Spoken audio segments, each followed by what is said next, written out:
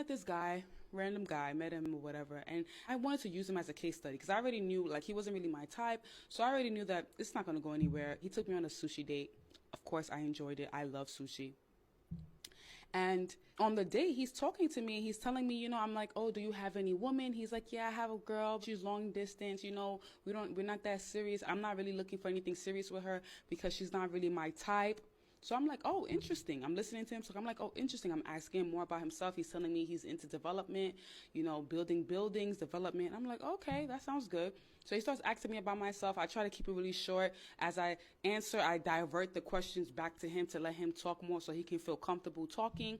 I noticed his phones kept ringing and he kept going to the bathroom and saying it's a business call. I didn't really mind because I'm like, you know what? I'm having sushi. I don't even care what you're doing. I'm here having a good time for myself. Now, we were talking a little bit, and a week passed, we're still talking. He's knowing more about me. He's interested. He loves my drive. He loves my ambition and everything, and that's good. He sees that I have a drive, but not from a masculine standpoint, from a standpoint of, oh, she's a busy woman. She has things she got going on. She's not going to just be available all the time. The second week, I was like, okay, this is the time I need to build him. I need to build him now. I don't want to keep being pen pals. We're not pen pals. So I asked him for something very minor. This is the tiny thing that I asked him for, just to test to see if he was willing to jump the gun. Don't be pen pals with these men. They know what they want from you. They know what they want. All right. So I'm like, my laptop charger is bad. And he's like, oh, wow, that's crazy. Like, what are you going to do? And I'm like, I think I need to buy a new one because it has a shortage in there. I'm not sure what's wrong. It has a shortage. He didn't offer anything. So I was like, oh, do you mind getting me a charger? This man didn't open the message to the next day and said, oh, I'm sorry. I was so busy. I'm so sorry. Do you still need the MacBook charger? And I was like, you know what? No, I'm okay. I sorted it out myself. So once I started seeing that he really wasn't even trying to do much for me, because you know what it is that guys will use like a first date to woo you, take you to a nice place and say, all right, you know what? After this now, since I took her on that first date, it's about time for her to lay in my bed. That's what I'm telling you. This is what these guys be doing. So he thought that he was going to checkmate me, but he didn't know that the only girls that get played is the girls that don't know how to play the game. And I'm the girl that knows how to play the game. So you know what I did? I literally just stopped entertaining him. Like, he'll be writing me and say, hey, what's up? I'll be like, hey, everything is one-word answers. And he'd be like, why are you not talking? I'm just like, there's nothing really to talk about because we've talked about everything. If you know my laptop is my bread and butter and I'm telling you something simple as my laptop charger is broken and you can't even say, oh, let me buy you another one or let me send something for you, then what are we talking about? I'm not a pen pal. Can you believe that? That was the best decision I made because you know what it is too about us women is when we start entertaining that pen pal type of relationship, we start becoming emotionally invested because now we're used to seeing their good morning text messages and it'd be a whole bunch of BS later on. To prevent that, don't even be a pen pal at all.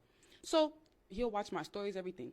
Can you believe a week or two later on WhatsApp, I seen that this man was getting married?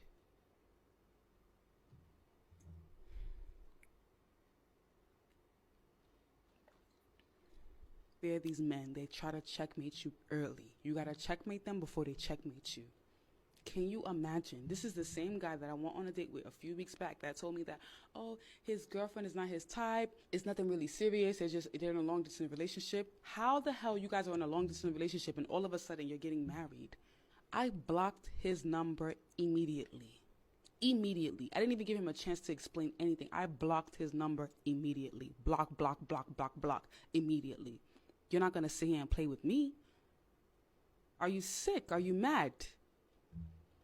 Blocked him immediately. That's why I talk about do not be entertaining these pen pal type of guys. If you have a pen pal man in your phone right now, block immediately. Don't even waste your time because that man is being serious somewhere else. Block immediately. Are you mad? Let me get this straight. She said that this dude was a test subject, meaning this is something that she doesn't care about. She's not taking this seriously at all, nothing. But then she states that he took her out on a sushi date, which she enjoyed. She didn't care that his phone was blowing up because she's there just doing her and enjoying her time with him. So she doesn't care if he has another situation or another woman, what have you. And then she decided that she wanted to test to see how far he was willing to go for her by asking for money in the form of, oh, my MacBook charger isn't working. Was there something that you can do about that? And when she didn't get the response that she wanted, then she had a problem. Even though he took her out directly on a date and already spent money, she wanted to see him spend more money on a fabricated tale, aka a woman lying about something that doesn't exist. So then after that, She stated that she was going to ignore him because he didn't make that initial push that she wanted him to make, and that this was not some pen pal type of thing because she is not a pen pal type of girl. This is just a guy, quote unquote, playing a game, even though she is a woman also too playing a game. That's the whole main thing that she's not stating. She's putting it out there, but she's not labeling what it is that she is specifically doing. So then after she decides to ignore him and he's trying to talk to her or whatnot or whatever, then he decides to just go back to what he was doing. He's like, I tried to see what else was out here before I decided to make this decision for whatever reason. And he made that decision. And it turns out that the test subject that she said that she didn't care about, she got real mad. She got real emotional. She had to actually sit back and take a sip of her wine. And then she really started to go in and generalize. This is why I tell a lot of women out here, do not take advice from single women. If you roll back and you look at the video, you look at her hands moving, you don't see no ring directly on her finger. Because she thinks that she has everything figured out. Because she thinks that she knows every single man and how men really truly think. She doesn't know anything at all, because if she knew, she would actually realize how simple guys are. How simple guys are. The easiest thing about this whole situation is originally in the first part of the video, she said that this guy was not her type at all. So again, why would a woman such as she, who seems to get selected so often, taken out on dates so often, money spent on her so often, why would she get bent out of shape by a guy who is not really her type? Makes you wonder. Do me a favor, just a simple favor. Can I get about 10 of you to bring me $20? Just 10 of you. $20 that you don't need, because we're not going to give it back to you. But just run up and when you come and say, is that all? That's what I want you to say. That's it. Yeah. Is that all? Come on. Say, I wanted to give more. You only asked for 20. Say, is that all? I'm sorry to insult. Hey. I'm sorry to insult you all for just asking for 20. I want to show you something. I want to show you something. I want to show you something. I want to show you something. I want to show you something. I want to show you something. Can I get another 10 of you just to bring $100? Just $100. I want to show you something. I don't hear, is that all? Yeah, because I'm insulting you, right? Is that all? Is that all? Is that all? God bless you. Is that all? Yeah. Say it with conviction. You can leave it there. Thank you so much. Yeah, I got my 100. Is that all? Is that all? Is that all? Is that all? Is that all? Is that all? Where's the $100 crew? Is that all? Is that all? Let me just rest it here. Put it in my hand. Thank you so much. Is that all? I can't hear you. Is that all? Where's the $100 crew? I got one. Is that all? Is that all? I got two. Praise God. Is that all? Is that all? Is that all? Is that all? Is that all? Is that all? Is that all? God bless you. Amen. Is that all? God bless you. Is that all? Is that all? Is that all? God bless you. Is that all? God bless. Is that all? Is that all? Just repeat one more time to the person on your left and the person on your right, and just tell them something good is about to happen to you.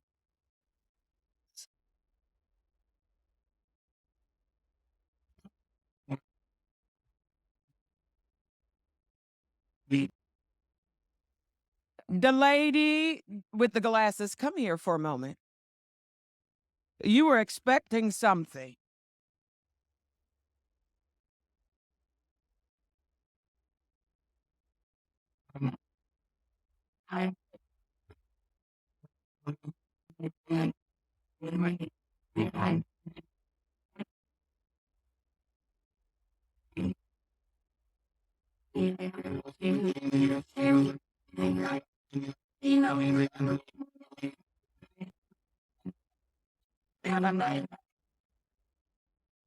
It's a law.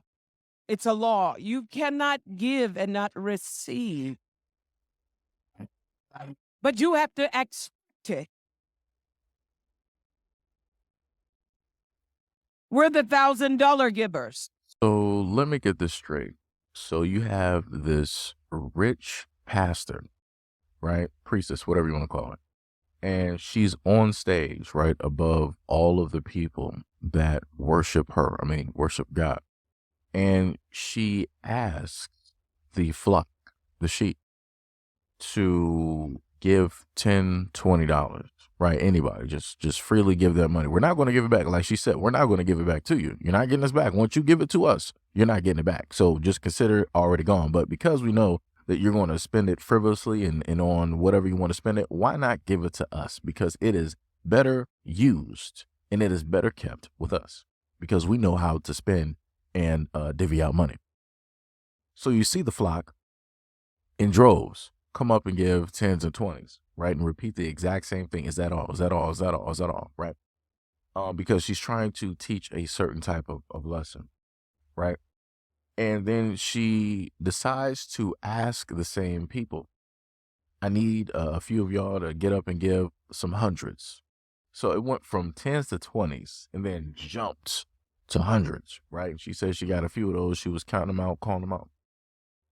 And then her main thing was to supposedly give a small portion, right? And you saw the large pile of money that was sitting directly by her feet, right? Her whole thing was to give a small snippet of that money to supposedly a person that was in need. Because she was like, hey, the woman with the glasses, you said that, you needed something. You were waiting for something. And she gave that. And then you saw everybody behind like, oh, God is good. And, oh, look at how great this is. It's like, yeah, this is what happens when you give. You just so happen to get something in return. So nobody realizes that you have somebody that is rich, that more than likely has millions or multi-millions, living in a nice, lavish house, taking great vacations, driving nice cars, eating food that you can't even pronounce, going to places that you've only seen in National Geographic books or encyclopedias or off of a television show or through the lens of a celebrity. You have this person taking from you, the poor, and giving to somebody else that is poor. Nobody sees how that doesn't make any type of sense. Remove the whole thing of religion out of the conversation. Remove religion out of the conversation. You have a rich person taking money from the poor, giving that same money back to the poor. Why isn't the person with the most money distributing their wealth to those who are poor? Am I making sense here? Does anybody understand what it is that I'm stating here? And then on top of that, she then, after the fact, she was like, okay, so I need some people to give thousands. Huh? What you talking about thousands? What do you think this is? And this is why I keep telling people to stop worshiping these people. If you want to worship whatever deity or whatever it is, that's cool. But the moment in time that you are worshiping a man, you are going to get led into the wrong direction. You will be led astray. And this is also showing you, because of religion, how simple and how easy it is to brainwash and to manipulate people into doing the things that you want them to specifically do for your own selfish benefit. Again, the proof is in the pudding. As a Black woman who wears any sort of natural hair or any sort of natural hairstyle, your biggest critics will be Black people, Black women, and Black men. There was a video that I posted that a girl did not like. I wasn't even being rude in the video, but she ended up coming for my braids, which I expected. If you have any sort of afro, if your edges are not laid, if you have grown out braids, they will come for all of that. She had basically said that my braids were raggedy, and so I go onto her page and I see that she is wearing Esmeralda's hair. Now here's the thing, right? Here's the thing. You have to be extremely bold to make fun of another black woman for her natural hair or her natural hairstyles while wearing Esmeralda's hair on your head. If you have a visible piece of fabric, and it's always visible, if you have a visible piece of fabric glued onto your forehead, you don't have any right to talk about anyone's hair. I had mentioned that to her. I told her that it's so funny how you're coming at me for my braids and you have fabric glued onto your forehead. Long story short, she did end up blocking me, which is what they always do whenever I call them out on their nonsense. You cannot make fun of another black woman's natural hair when you aren't even wearing yours, babe. Like, no. The funniest thing about this is that I've covered this issue quite a few times, and every time I happen to cover this issue, I will have women telling me that, you shouldn't be talking about this issue. Black men are the 100% reason on why it is that black women feel the way that they feel about their hair, and this is all your fault, and you're 100% to blame. And I calmly just try to tell people, I'm like, internally, black women have an issue that is internal, right? This is something that comes from other women, passed down by way of other women. This has zero to do with black men. Again, she said that she had a conversation with a woman who was black, and that woman then wanted to have a conversation talking about her hair when she knew that her own hair was not real to begin with. So again, she didn't have a leg in the argument to even stand on at all. Nowhere at all did she even have room to try to judge a black woman who is out there wearing her natural hair and not putting on all types of chemicals that causes fibroids and all other types of internal issues when it deals with black women. Like I said before, you have a lot of women out here that are brainwashed. You have a lot of black women out here that don't understand the type of beauty that they have. They don't value that. They don't respect it, right? And that's because they were never taught or told that by the other black women in their families, their grandmothers, their aunts, their sisters, their female cousins, other black women in the community, other black women on social media, and so on and so on and so on. Because when you look at the main people who have the loudest voices, a lot of them are not wearing their natural hair.